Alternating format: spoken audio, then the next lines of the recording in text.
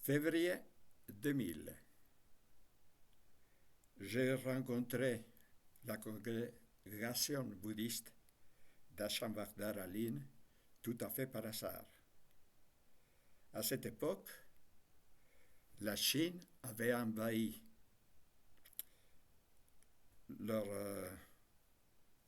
l'étivée, c'était l'étivée, et ils étaient en grande difficulté. J'ai appris dans cela, et comme ils savaient de bonnes réputations, je me suis dit que peut-être je pourrais les aider, les dépanner. J'ai 3 maisons, c'est une grande propriété, mais pour cela, je voulais que le préfet me dise si je peux recevoir les bouddhistes. C'est un dépannage, ce n'est pas une donation. Donc, je veux que le notaire qui s'occupe de cette affaire écrive un projet, une lettre que j'envoie au préfet et qu'il me dise si c'est possible que je reçois les bouddhistes. Si cela est possible, donc je peux les garder en dépannage quelque temps pour que leur situation se règle. Ça me paraît correct, gentil. Donc, le notaire m'a dit qu'il envoyait la lettre au préfet pour demander la permission que je souhaitais pour savoir que je peux recevoir les bouddhistes en dépannage. J'ai attendu pendant plus de 3 ans et je n'avais aucune nouvelle. Donc, je me suis adressé directement à la préfecture où là, j'apprends que la lettre que j'avais envoyée au préfet avait été faite, reçue, et que j'avais fait une donation. Là, évidemment, j'ai été très, très étonné. J'ai demandé à la préfecture de m'envoyer une copie des documents en question parce que j'étais complètement perdu dans l'histoire. Et ils m'ont envoyé des documents dans lesquels j'avais fait, soi-disant, une donation aux bouddhistes. Cela, je ne l'avais pas fait. Il n'y a aucun document qui dise cela. Ça n'existe pas.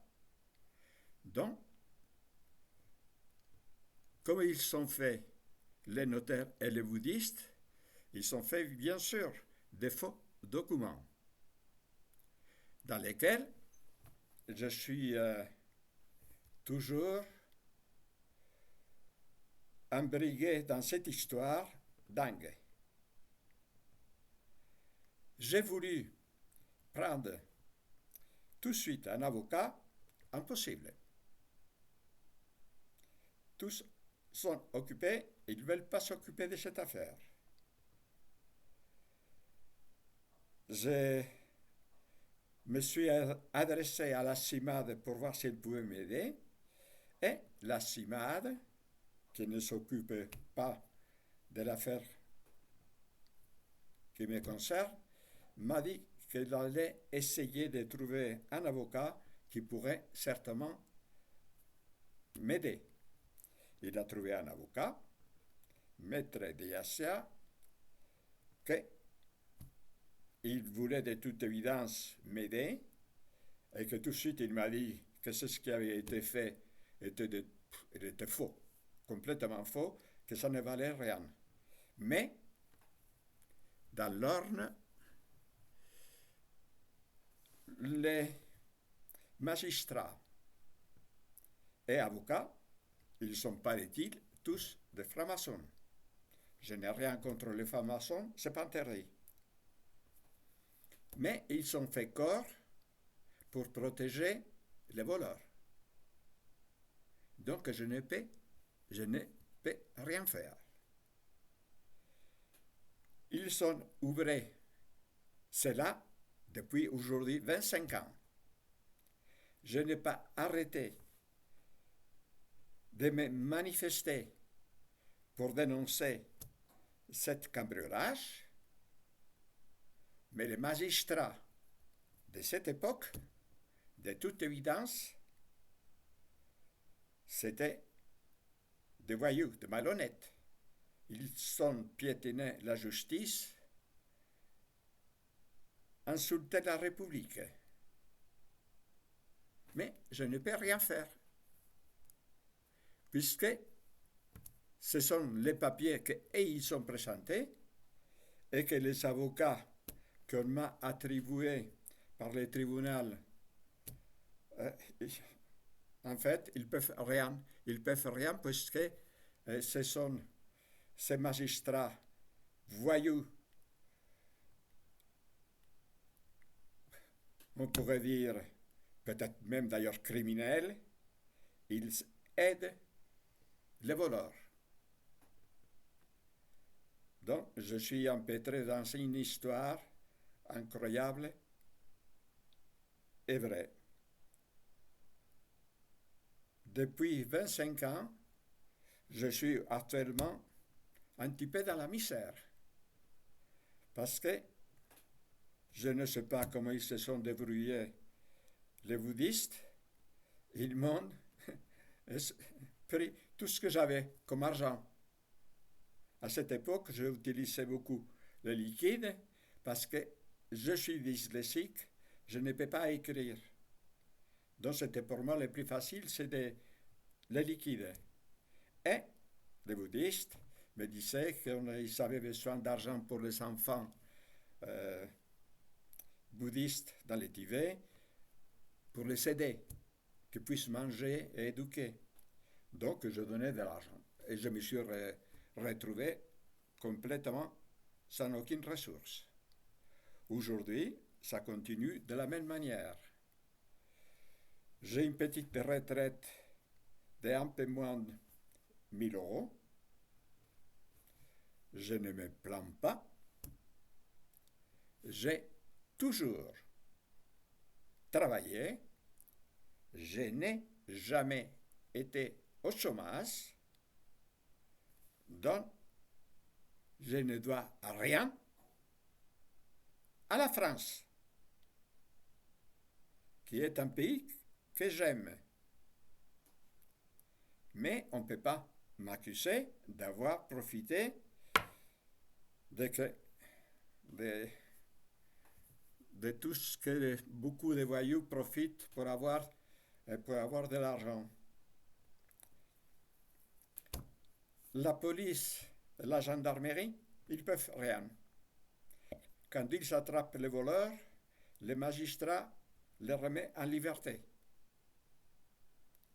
Donc, ils ne peuvent rien faire. J'ai porté plainte une 12e fois dernièrement et aujourd'hui, je veux que cette histoire déjà vieux de 25 ans sorte. Il y a des vidéos que vous pouvez consulter après celles que vous voyez aujourd'hui. J'ai mis quelques-unes en ordre pour que vous arriviez un petit peu à voir l'histoire. C'est tout ce que je peux faire, je ne sais pas comment, mais pour moi, il n'est pas question que les bouddhistes et les notaires s'en sortent. Ils ont été des escrocs, et ils doivent passer devant la justice. À l'époque, depuis toujours, je me suis toujours intéressé par les enfants pauvres et j'avais pris comme référence la meilleure de faire hériter les enfants que protège UNICEF. Je les ai fait mes héritiers. Donc, ça sera à ma mort qui vont évidemment hériter de ma propriété. Mais aujourd'hui, est dans les mains, dans les griffes des bouddhistes et du notaire. C'est là, il faut que ça finisse. Je veux que la justice se manifeste. Je veux que tous ces crapules qui ont intervenu pour me dépouiller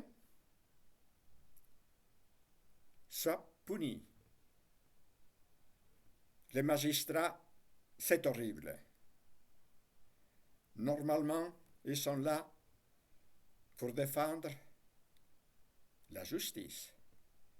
Là, ils ont été complices des voleurs.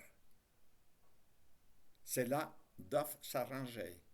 Il n'est pas question une seconde que j'abandonne cette histoire dans laquelle je me trouve.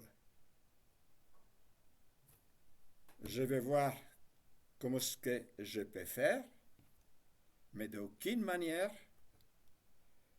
les notaires, les bouddhistes, et j'aurais souhaité aussi que tous ces magistrats corrompus soient aussi punis, si c'est possible, difficile, mais si c'est possible, et que cette histoire finisse.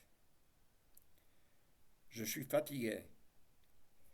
Aujourd'hui, j'ai 88 ans. Et je suis fatigué. Il faut que cela finisse. Merci de m'écouter. Regardez, je vous prie, les vidéos qui viennent derrière, celle-ci. Vous allez peut-être comprendre un peu mieux ce qui s'est passé. Je vous dis merci à l'avance. Et j'espère que cette histoire va finir. Merci. Alors, arrêtez. Comment est-ce qu'on arrête? Hein?